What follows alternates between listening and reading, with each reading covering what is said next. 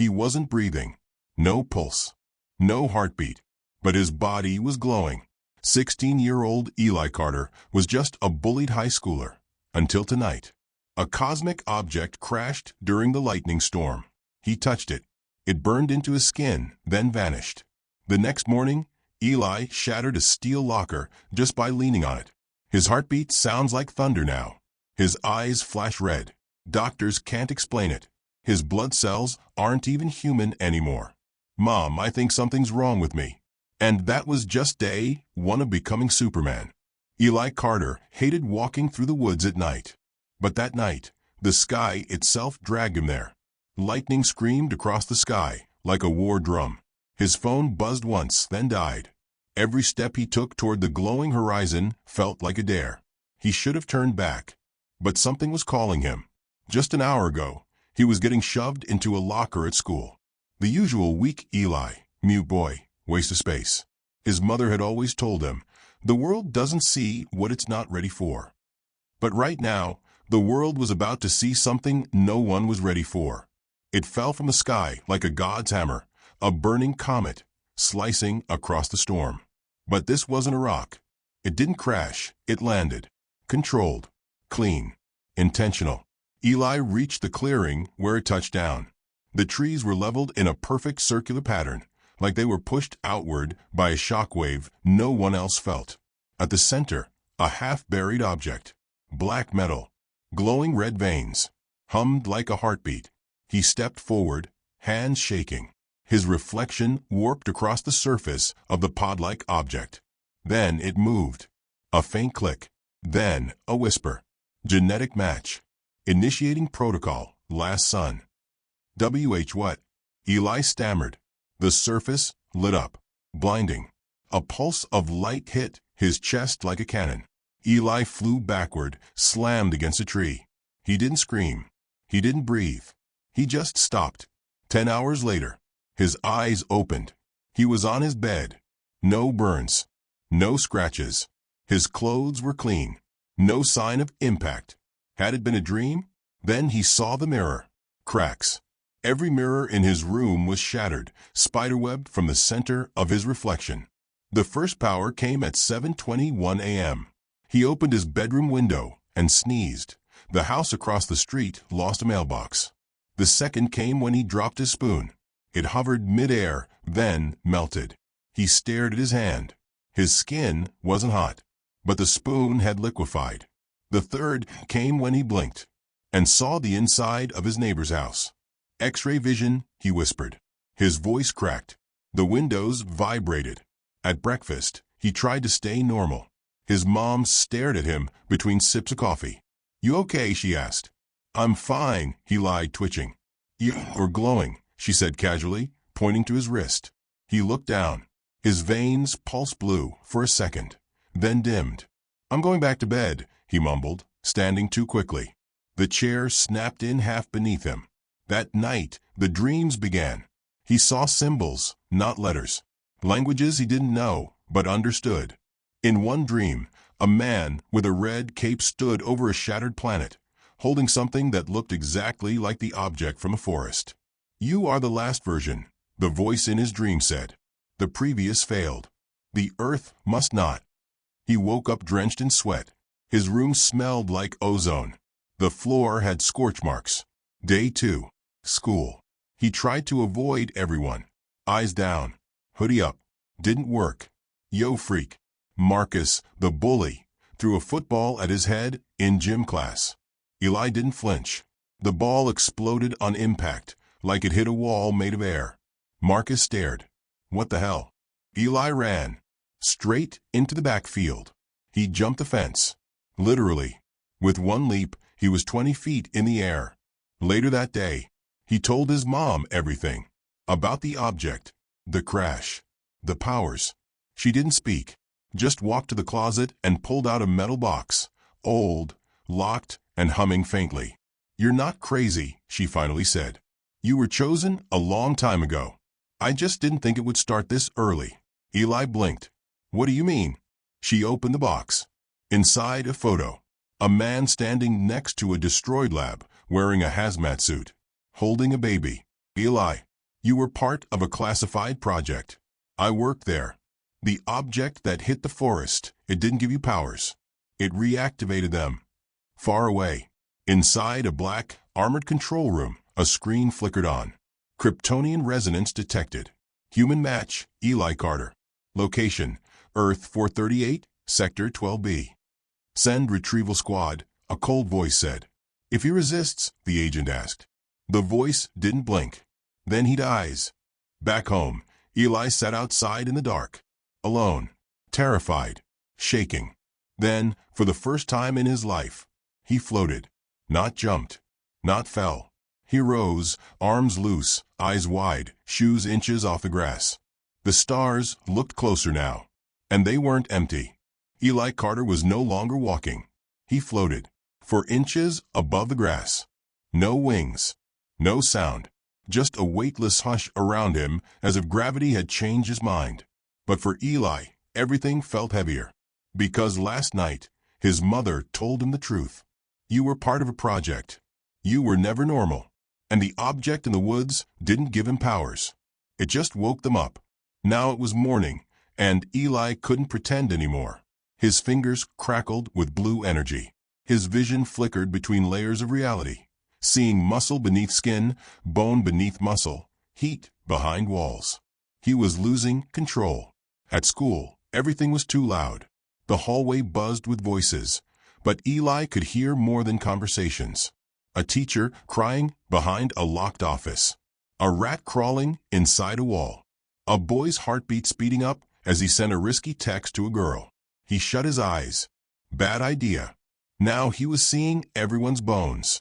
His X-ray vision had no off switch. Outside the wind blew. But to Eli, it was whispering. Like actual words. Something non-human in the air.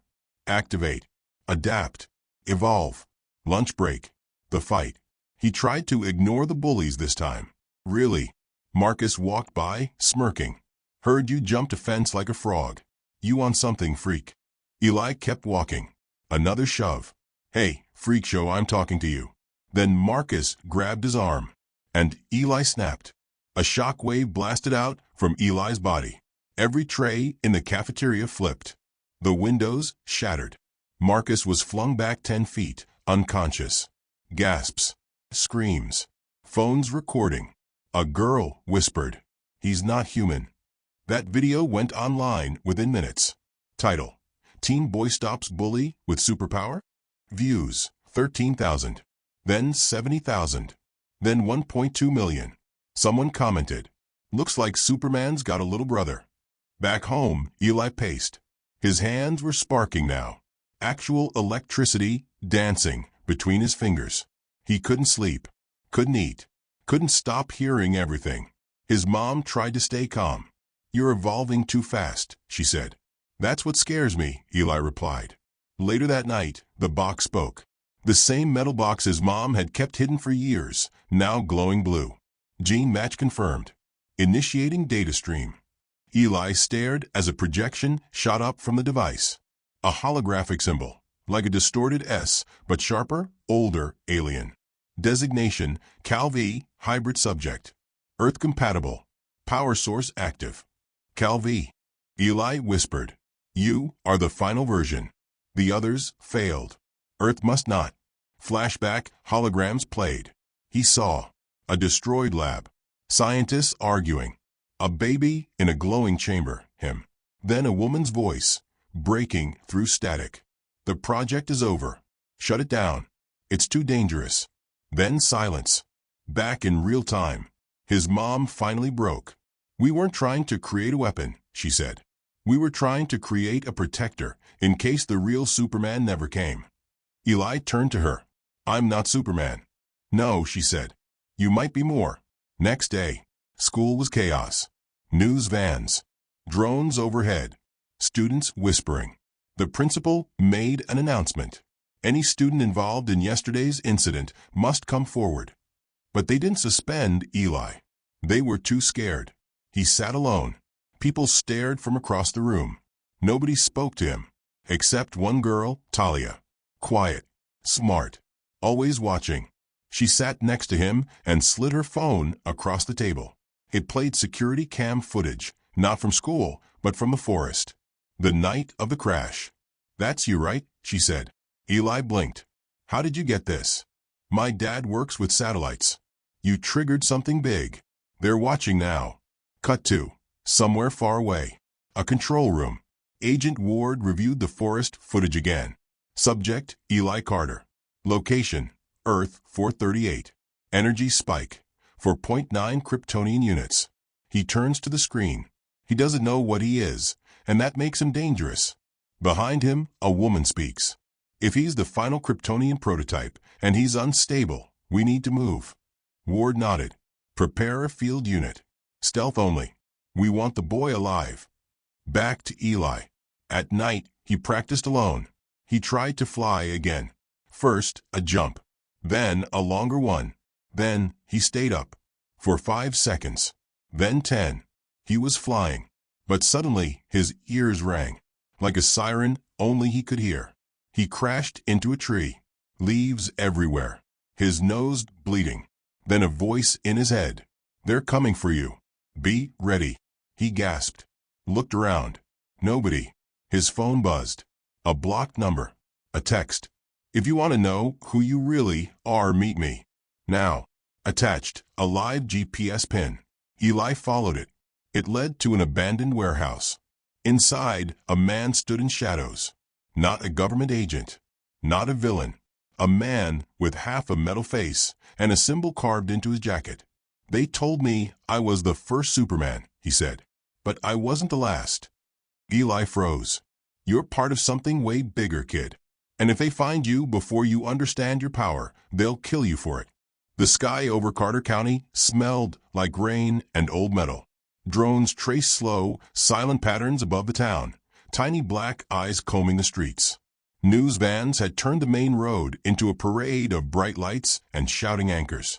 The hashtag #SuperKid trended at #1. Eli stayed inside. He watched the world through curtains that didn't block the chill in his bones. He had flown for 5 whole seconds yesterday. 5 seconds that felt like a promise and a threat at once.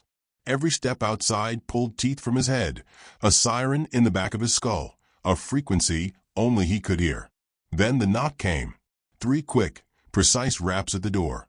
From his mother's face through the peephole, he saw the flash of black uniforms and the glint of something that didn't belong in a policeman's hands. "Stay back," his mother hissed. They didn't stay back. The front door splintered like paper. Men moved in low voices, tactical gear, faces set in the expression of people who have convinced themselves their orders are mercy.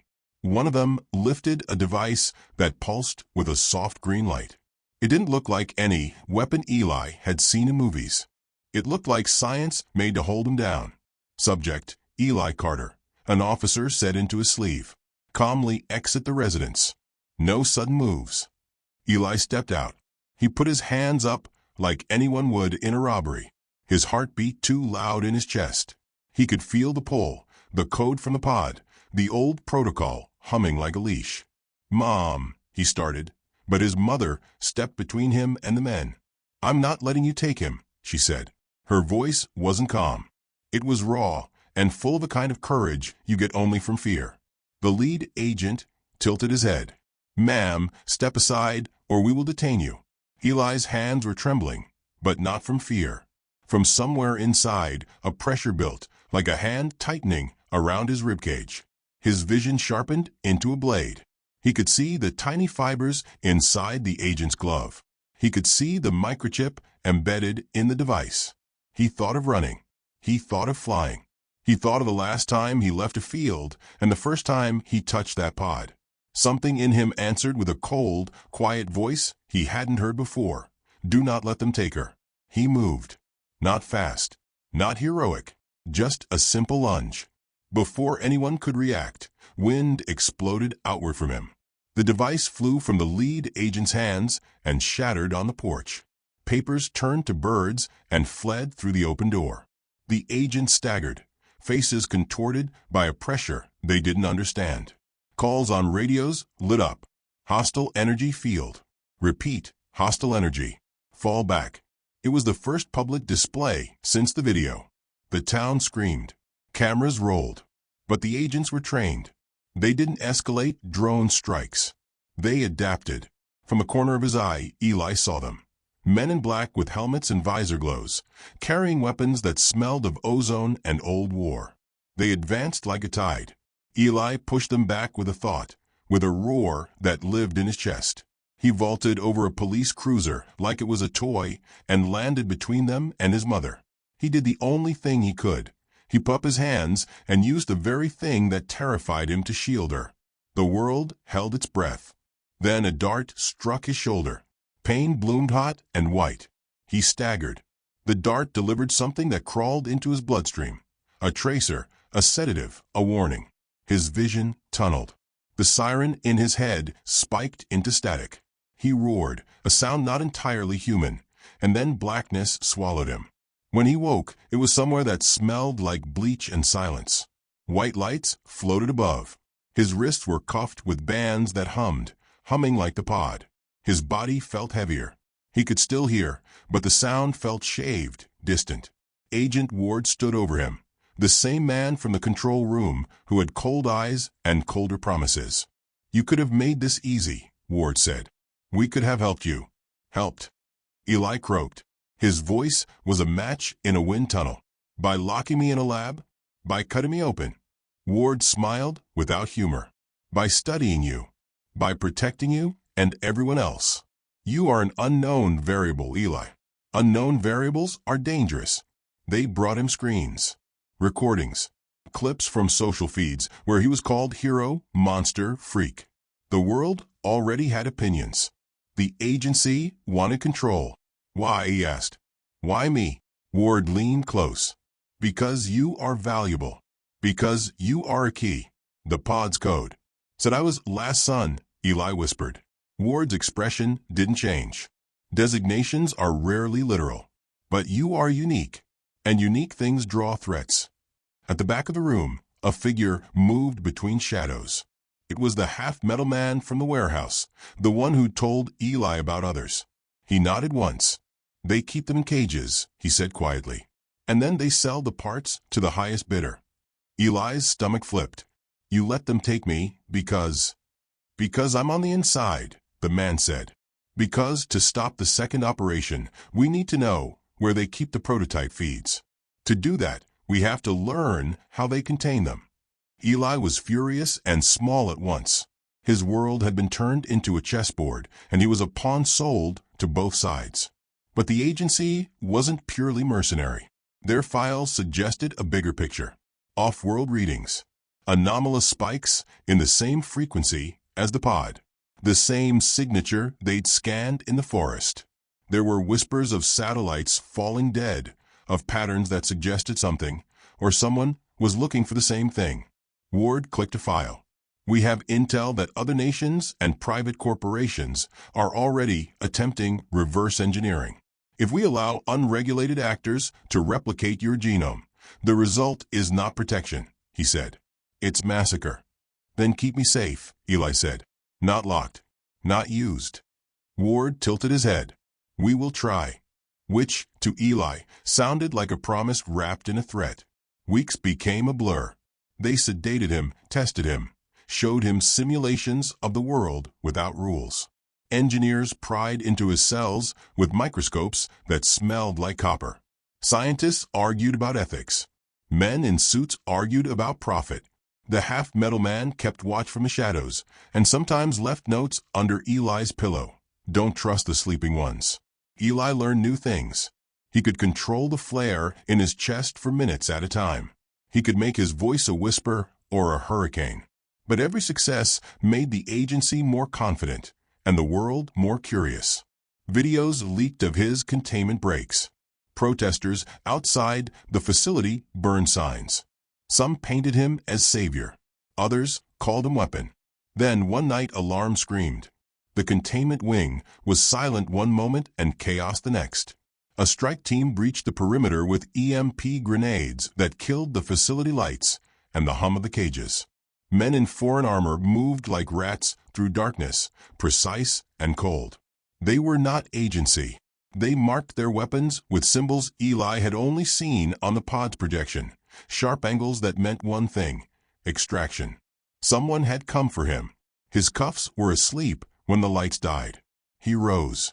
Pain shot through his muscles as his body reactivated. Sirens screamed in his head. The world narrowed to a pinhole of red and white and the sound of boots. He didn't plan.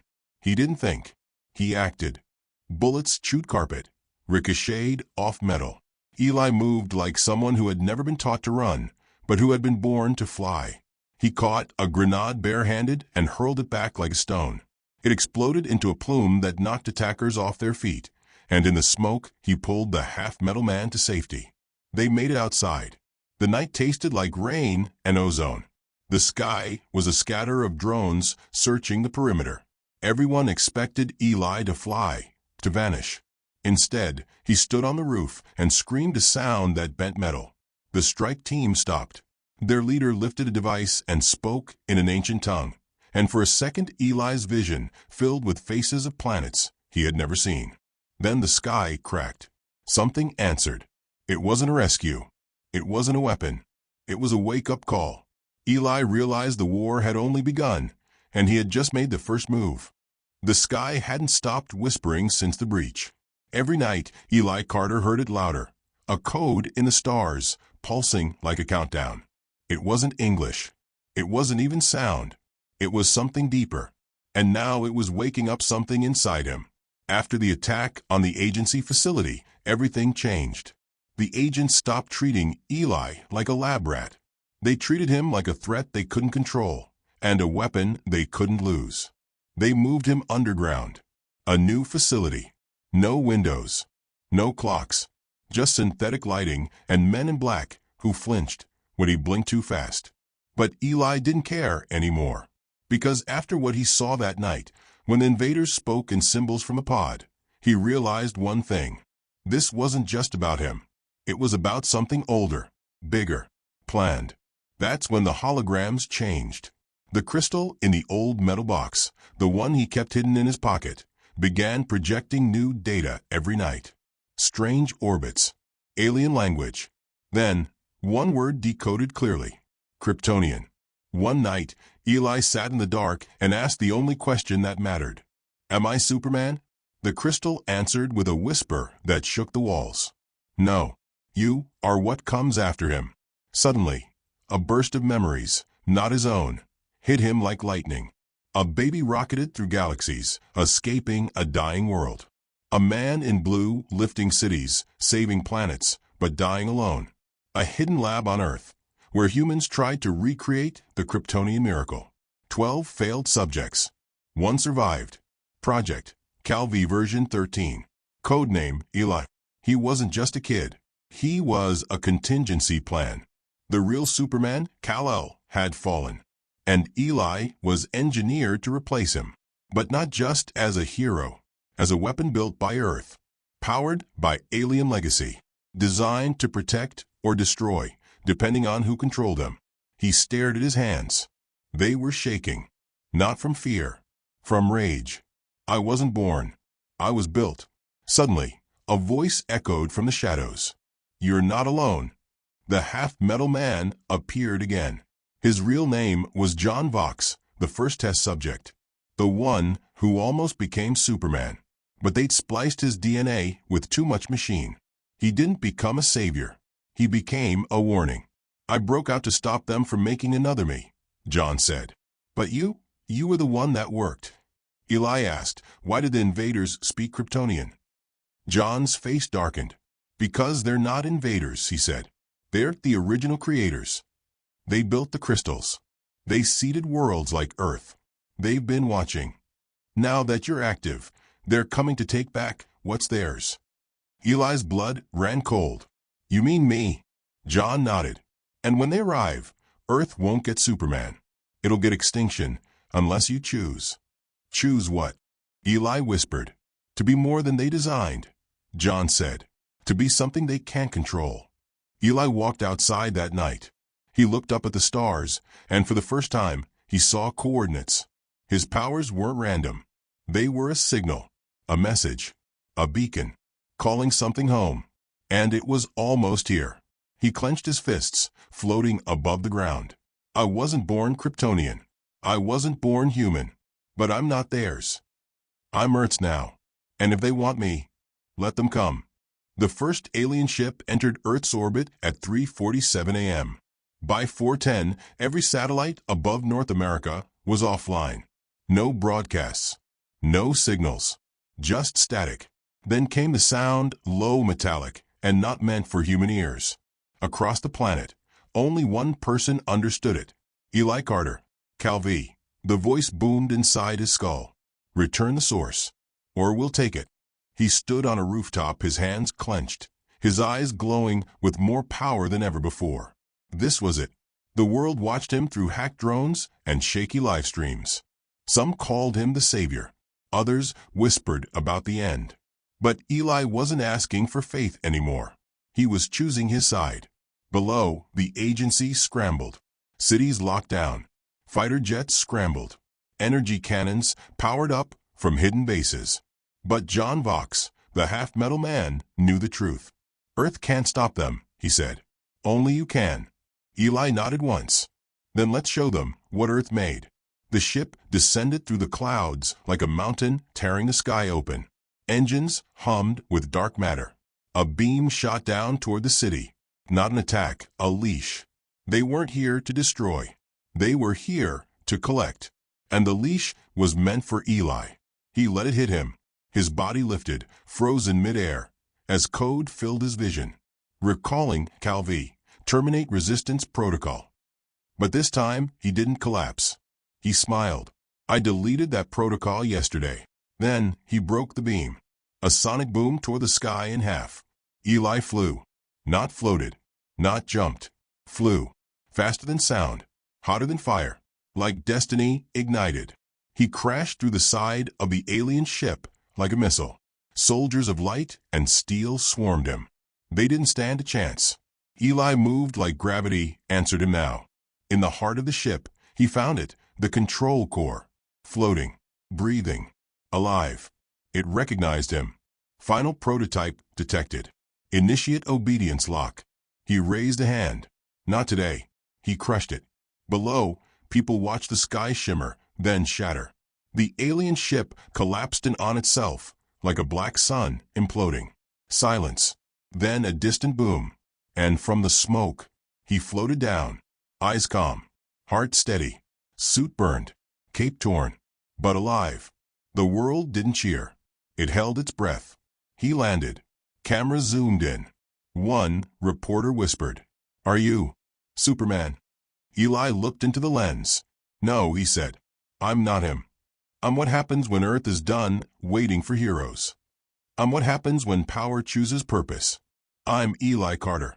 I'm human enough to feel pain. Kryptonian enough to stop it. You don't have to call me Superman. Just make sure you remember why I showed up." He walked into the smoke, not as a boy who found Pod, but as a man who chose to rise. The end.